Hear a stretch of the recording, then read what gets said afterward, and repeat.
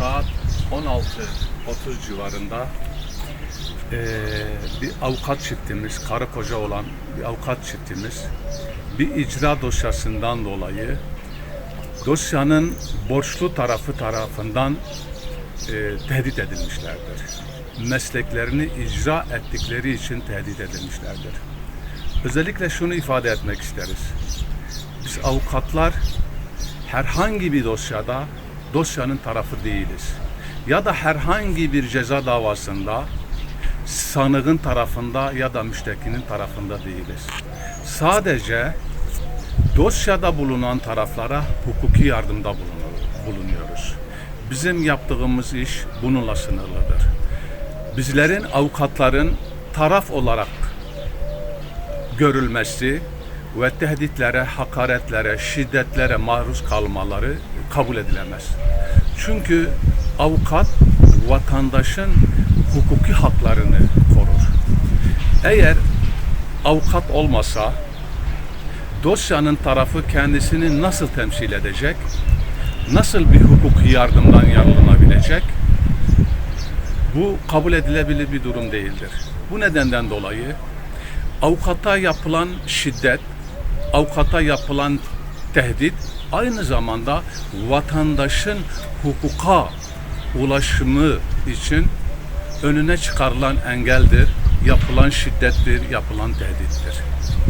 Şimdi bu şiddeti, bu tehditi gerçekleştiren şahıslara karşı suç duyurusunda bulunur.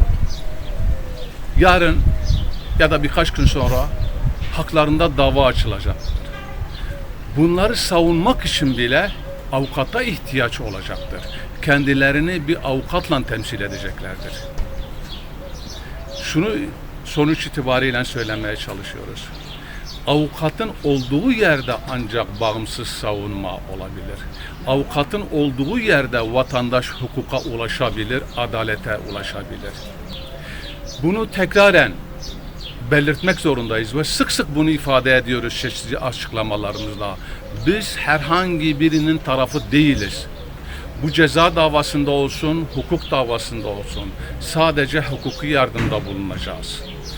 Yaptığımız iş bununla sınırlı.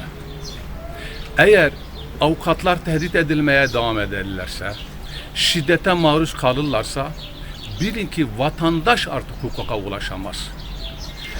Bizim çağrımız şudur, bütün vatandaşlarımıza, bütün insanlarımıza. Avukat tekraren söylüyoruz, sık sık tekraren söylüyoruz, tekrarlıyoruz ki bu çok net bir şekilde anlaşılsın. Biz dosyanın tarafı değiliz. Biz kimsenin tarafında değiliz. Biz hukukun tarafındayız.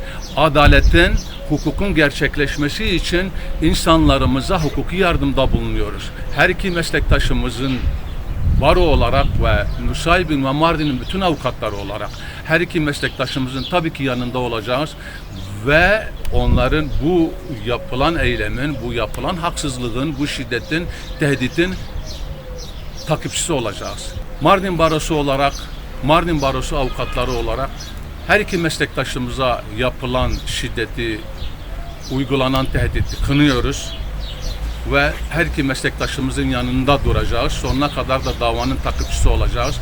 Umarım bu son olur. Bir daha da avukatlarımıza yönelik tehdit ya da sözlü ya da fiziksel şiddet uygulanmaz diye umut ediyoruz.